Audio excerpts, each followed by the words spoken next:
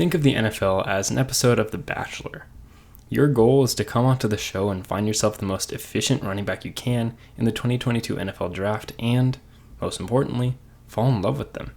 Your first suitor is an absolute unit, standing at 6'2" and weighing 225 pounds, but still running a 5'3" 40.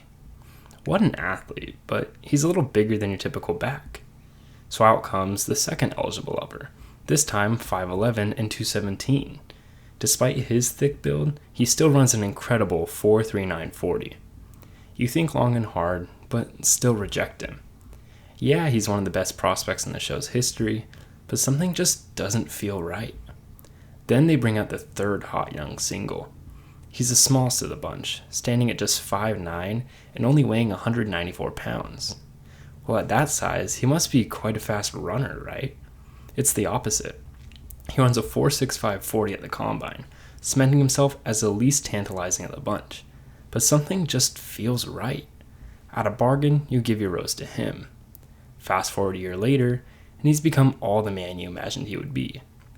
This is the story of how the Rams found love with Kyren Williams, turning him into a more efficient rusher than nearly anybody else in the NFL.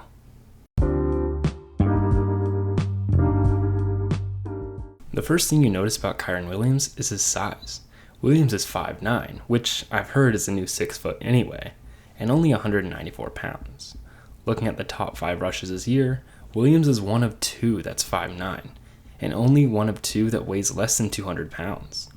While DeAndre Swift might be small, he still weighs over 20 pounds more than Williams, and clearly makes up for his lack of height through muscle mass.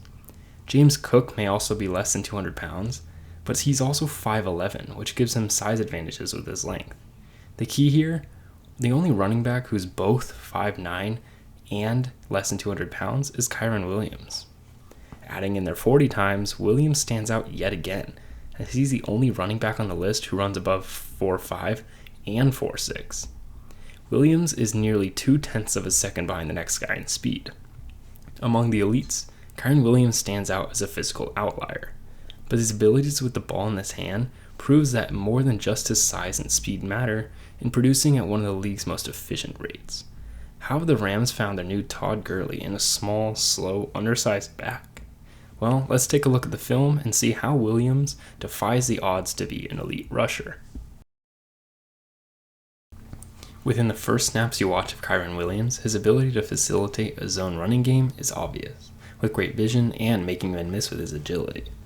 When the blocking fails, Williams can always make a guy miss and narrowly escape a tackle to gain yards. He plays extremely tough as well, always churning and moving forward when he can't escape defenders. Williams consistently falls forward, slamming into defenders like a power back. His strength lies in acceleration. His burst allows him to fight like a much larger back. Once he explodes, he's extremely physical and a hard-hitting rusher, always falling forward and gaining those yards. His burst also works laterally, allowing him to get to the edge and beat defenses without elite speed. That burst is accentuated by Williams' elite vision. Once given the ball, Williams sees Roquan Smith in his gap on this play, so he moves to bounce the run to the opposite C gap. Once he sees the edge coming free and Broderick Johnson tearing away from his block, Williams jumps back to his intended gap and bursts through the narrow alley. But his original bounce toward the C gap removed Roquan Smith from the gap entirely, and Williams' quick acceleration allowed him to break into the secondary before being taken down. In the play where Williams could have been stopped at the line of scrimmage, he uses his vision and acceleration to create a hole for himself. His ability to shake off tacklers without getting hit is extremely impressive, doing it this time to one of the best linemen in the NFL in John Allen. Kyren fakes toward the inside of the run play, baiting both Allen and linebacker Cody Barton to shed their blocks inside, only to quickly go back in the opposite A-gap and break through the secondary again. Now, on a side note, Williams did fumble on this play, one of his 2 against Washington last week, but ball security hasn't been a problem for Williams and likely was more of a fluke than a future issue.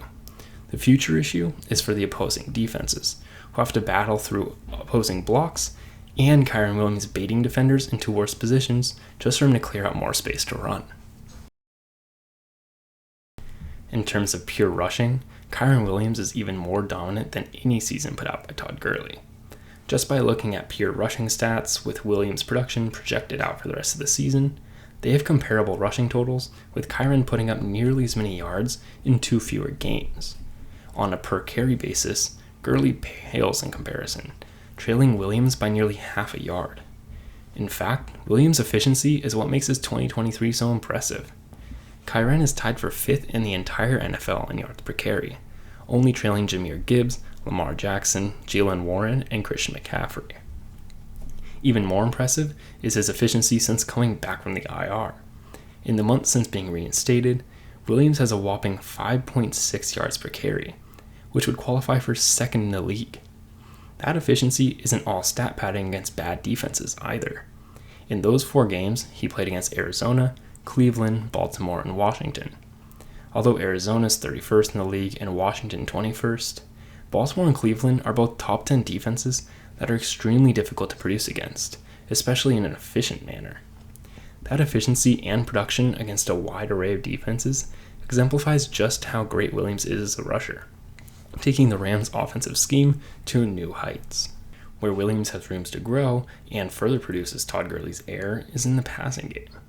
In his prime, Gurley averaged 680 receiving yards per season, which is where his real value lied for the Rams, and while he ultimately was a back-to-back All-Pro and won Offensive Player of the Year.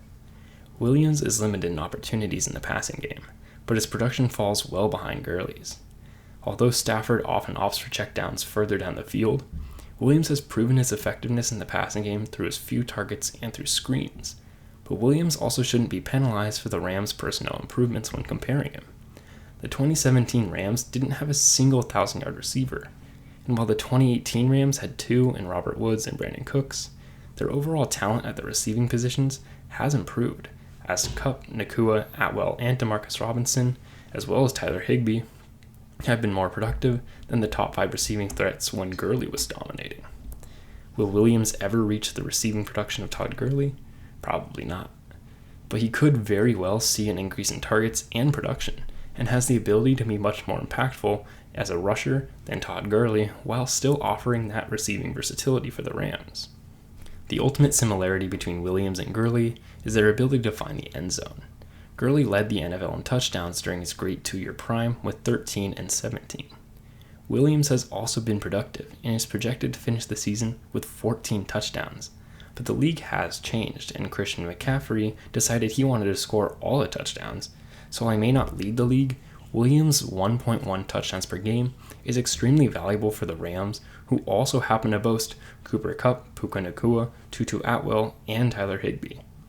The Rams have found a way to make a 5th rounder become one of the most high-scoring and efficient rushers in the league, using his skill set to mesh perfectly with their already effective scheme. Let's actually take a moment to talk about the Rams' scheme.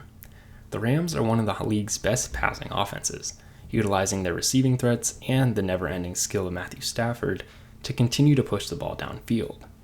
They're equally linked in rushing yards, landing at 11th in both passing and rushing yards per game, and only continuing to find their stride. That balance in offense has made Williams even more effective, as defenses have to walk the thin line of trying to stop the Rams' newly powerful rushing attack, while still protecting themselves against a star-studded passing attack. What's really impressed me, however, is the effectiveness of the offensive line.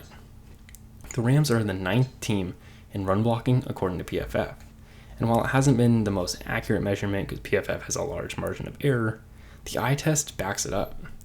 Williams has plenty of carries each game, in which he's given a few yards before having to put in the work himself, further improving his efficiency and allowing him to use that elite burst to create momentum. With a good offensive line, is it really Williams who's producing over 5 yards a carry? To put it briefly, yes.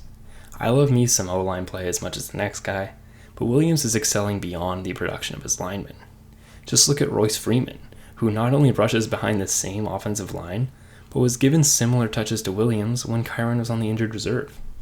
Freeman averages just 4.3 yards per carry, which is not only nearly a yard less than Kyren Williams, but 131st in the NFL.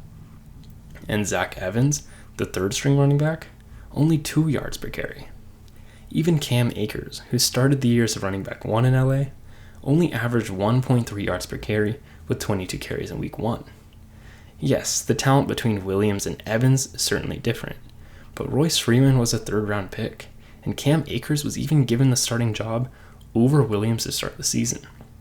The Rams' offensive line deserves credit for pulling together to make such a good unit from a squad that entered the season unimpressive, but Kyren Williams has established himself as an elite runner behind that Rams offensive line, which only promises future successes as Williams and the offensive line continue to develop. Kyren Williams' ascension into NFL stardom has corresponded well with the development of the NFC wildcard race.